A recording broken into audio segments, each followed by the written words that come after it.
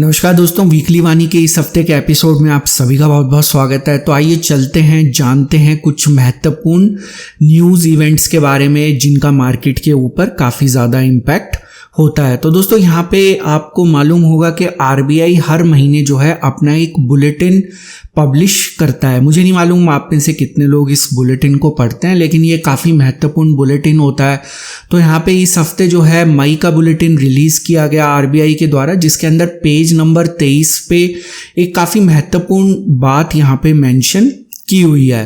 दोस्तों यहाँ पे बताया गया है कि जो सेकेंड वेव है इस समय पेंडेमिक की, उसका सबसे ज़्यादा असर जो है वो डिमांड शॉक, मतलब जिसको कह लीजिए कि डिमांड के ऊपर इसका सबसे ज़्यादा इम्पैक्ट पड़ा है। तो दोस्तों इसका कारण भी यहाँ बताया गया है कि loss of mobility, discretionary spending जो है वो लोगों ने कम कर दिया है, और एम्प्लॉयमेंट। तो ये तीन कारण यहाँ पे बताए गए हैं जिसकी वजह से डिमांड जो है कम हुई है, या जिसको डिमांड शॉक कह सकते हैं। Loss of mobility, discretionary spending और एम्प्लॉयमेंट।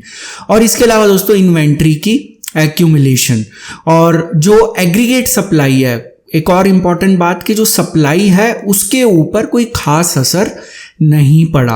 अब दोस्तों ये जो पॉइंट है ये आरबीआई की रिपोर्ट में मेंशन किए हुए हैं। यहाँ पे मैं अपनी तरफ से कुछ नहीं ऐड कर रहा हूँ। इसका लिंक जो है नीचे कमेंट में मैंने शेयर कर दिया है, आप वहाँ पे जाके इस पूरी रिपोर्ट को पढ़ सकते हैं।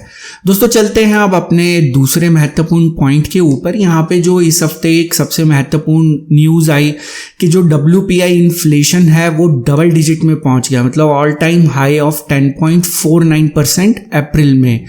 दोस्तों ये एक अच्छी खबर नहीं है, क्योंकि इन्फ्लेशन हमें मालूम है कि ग्रोथ के पॉइंट ऑफ व्यू से हाई इन्फ्लेशन जो है उसको अच्छा नहीं माना जाता। तो यहाँ पे कारण बताए गए हैं कि इन्फ्लेशन किस लिए इंक्रीज हुई। क्रूड ऑयल का प्राइस, हम इसकी चर्चा वीकली वाणी में करते रहते हैं, और मिनरल ऑयल्स। तो दोस्तों क्या होता है कि क्रूड ऑयल का अगर प्राइस इंक्रीज होता है तो ऑब्वियसली उसका एक इम्पैक्ट जो है सभी चीज़ों पे पड़ता है, क्योंकि सभी चीज़ों में ट्रांसपोर्टेशन होती ही होती है, और इस वजह से इन्फ्लेशन जो है वो इंक्रीज हो जाती है।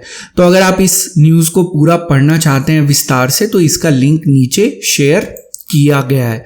दोस्तों यहाँ पे तीसरा महत्वपूर्ण यहाँ पे पॉइंट जो हमारे लिए जानना जरूरी है, आरबीआई ने एक लिक्विडिटी विंडो ओपन की थी स्मॉल फाइनेंस बैंक्स के लिए, जहाँ पे 10,000 करोड़ की जो लिक्विडिटी है, जो लैंडिंग को एक्सेलरेट करने के लिए, मतलब यहाँ पे लिक्विडिटी प्रोवाइड की जाएगी 10,000 करोड़ की स्मॉल फाइनेंस बैंक्स को, ताकि वो आगे लैंडिंग कर सके। लेकिन दोस्तों यहाँ पे अनफॉर्चुनेटली जो स्मॉल फाइनेंस बैंक्स हैं उन्होंने केवल 400 करोड़ बोरो किया, मतलब केवल 4% अमाउंट उन्होंने बोरो किया।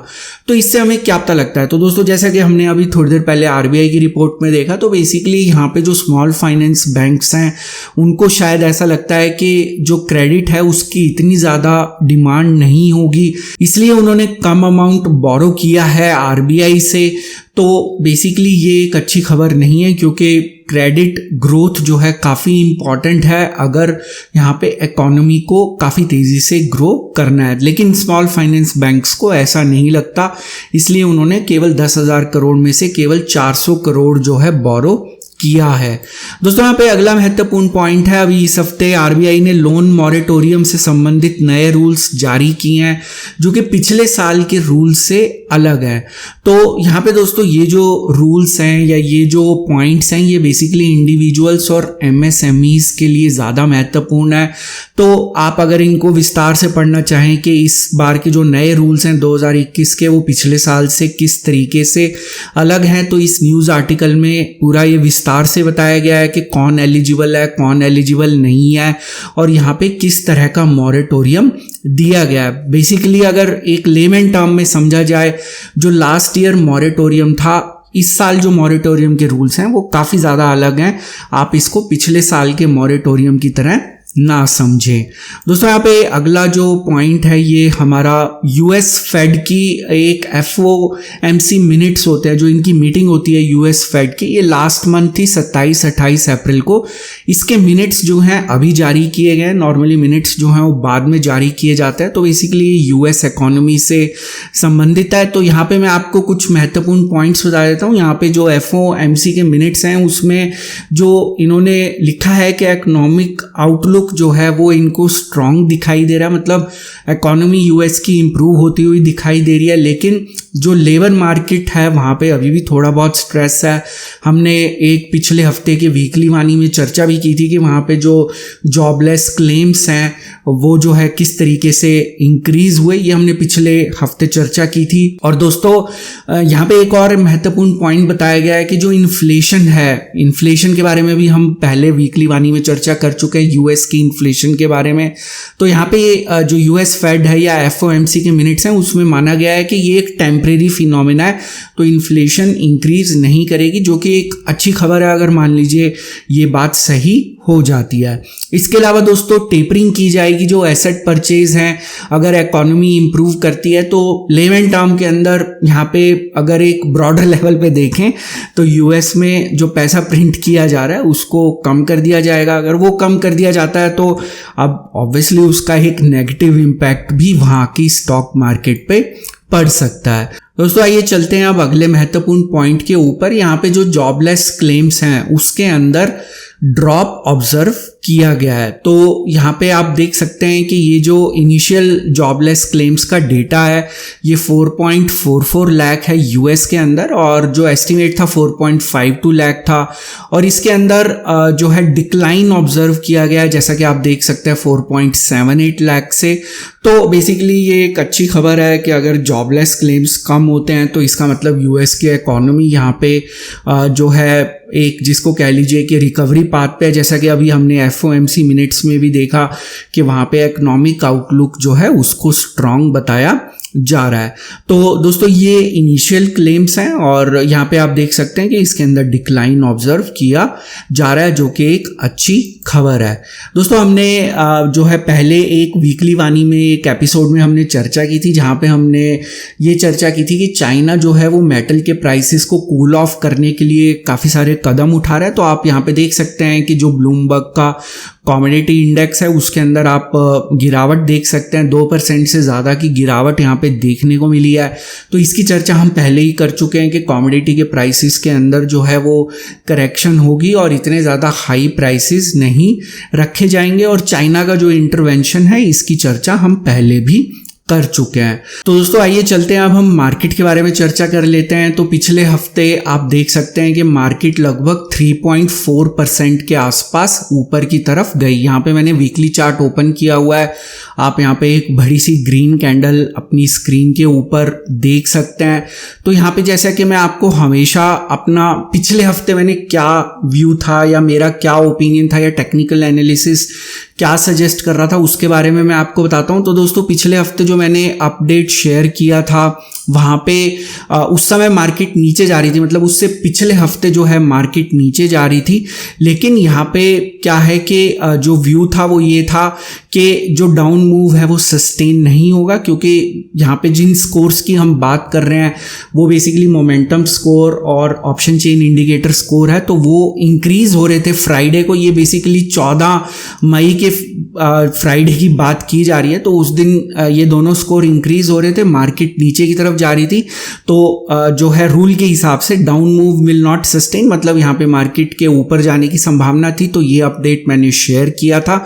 उसके बाद आपने देखा कि मार्केट लगभग इस हफ्ते 3.4% ऊपर की तरफ आ गई। लेकिन दोस्तों इसी हफ्ते मार्केट जो है ओवरबॉट जोन के अंदर एंटर कर गई। तो ये अपडेट मैंने 4 दिन पहले शेयर किया था। तो यहाँ पे मैंने ओवरबॉट जोन की जो नंबर्स हैं उनको हाइड कर दिया, लेकिन अभी मार्केट जो है ओवरबॉट जोन के अपर बैंड के काफ़ी ज़्यादा नज़दीक है। और नॉर्मली ऐसा ऑब्जर्व किया गया है कि मार्केट ओवरबॉट जोन से वापस नीचे की तरफ आती है। ऐसा हमने देखा भी कि मार्केट जो है ओवरबॉट जोन के अंदर एंटर करने के बाद नीचे की तरफ गई भी इस हफ्ते, लेकिन वापस फिर ऊपर की तरफ आई। तो नॉर्मली ऑब्जर्व किया गया है कि जो ओवरबॉट जोन की अपर लिमिट होती है मार्केट उसके आसपास ज़रूर आती है। तो यहाँ पे इस हफ्ते का जो अपडेट है वो मैं जो है कम्युनिटी टैब के द्वारा शेयर कर दूंगा। उसकी चर्चा हम अगले हफ्ते करेंगे कि यहाँ पे मेरा क्या व्यू था मार्केट के प्रति। दोस्तों यहाँ पे ब्रेंट ऑयल की अगर बात की जाए तो इस हफ्ते इसके अंदर गिरावट देखने को मिली। उसका कारण था कि जो ईरानियन ऑयल सैंक्शंस है, मतलब ईरान के ऑयल के ऊपर जो सैंक्शंस लगी हुई हैं, ऐसा माना जा रहा है कि वो हटा ली जाएंगी, जिससे सप्लाई इंक्रीज होगी। अगर सप्लाई इंक्रीज होती है या इन्वेंट्रीज के अंदर इंप्रूवमेंट होती है तो ऑब्वियसली जो है ऑयल का प्राइस नीचे की तरफ जाएगा। तो इन्वेंट्रीज के कंसर्न की वजह से ही जो आपका क्रूड ऑयल का प्राइस ऊपर जा रहा था। ये एक अच्छी खबर है, अगर क्रूड ऑयल का प्राइस कंट्रोल में रहता है उससे इन्फ्लेशन कंट्रोल में रहेगी। और इसके अलावा जो सीज फायर डिक्लेयर की गई है जो इजराइल और फिलिस्तीन के बीच में, तो उसकी वजह से भी जो टेंशन बिल्ट हो रही थी या जो वॉर लाइक सिचुएशन बन रही थी, तो वहाँ पे भी एक रिलीफ की बात है। उसकी वजह से भी क्रूड ऑयल का प्राइस इंक्रीज हो जाता है। तो दोस्तों गोल्ड जो है उसका एक अपवर्ड ट्रेंड जो है कंटिन्यू है। यहाँ पे आप वीकली चार्ट देख सकते हैं, गोल्ड का प्राइस ऊपर जा रहा है और यहाँ पे हम इसकी चर्चा करते रहते हैं समय समय के ऊपर। तो गोल्ड का अगर आपने गोल्ड में निवेश किया है तो आपके लिए अच्छी खबर है कि गोल्ड का प्राइस इस समय 1881 जो है डॉलर इंटरनेशनल मार्केट में ट्रेड कर रहा है। दोस्तों USD INR की जहाँ तक बात की जाए तो यहाँ पे रुपी जो है वो स्ट्रांग हो रहा है। इसकी एक्सपेक्टेशन नहीं थी कि रुपी स्ट्रांग होगा, लेकिन यहाँ पे मार्केट पार्टिसिपेंट्स का मानना है कि इस समय RBI इंटरवीन नहीं कर रहा है मार्केट में, तो इस वजह से रुपी स्ट्रांग हो रहा है। तो RBI रुपी को स्ट्रांग होने दे रहा है। तो ये जो है ये RBI के हाथ में होता है, क्योंकि RBI नॉर्मली इंटरवीन करता है। 73 के नीचे जाने की संभावना नहीं थी, लेकिन अभी ये 72.81 पे ट्रेड कर रहा है, 73 से थोड़ा नीचे। तो यहाँ पे जो एक्सपर्ट्स हैं उनका मानना है कि अगले हफ्ते जो USD INR मतलब रुपी जो है वो फ्लैट ट्रेड करेगा और ज़्यादा इसके स्ट्रांग होने की संभावना नहीं है। दोस्तों बॉन्ड यील्ड की जहाँ तक बात की जाए तो आप देख सकते हैं कि ये 6 से नीचे की तरफ ट्रेड कर रहा है, 6 से नीचे ट्रेड कर रहा है।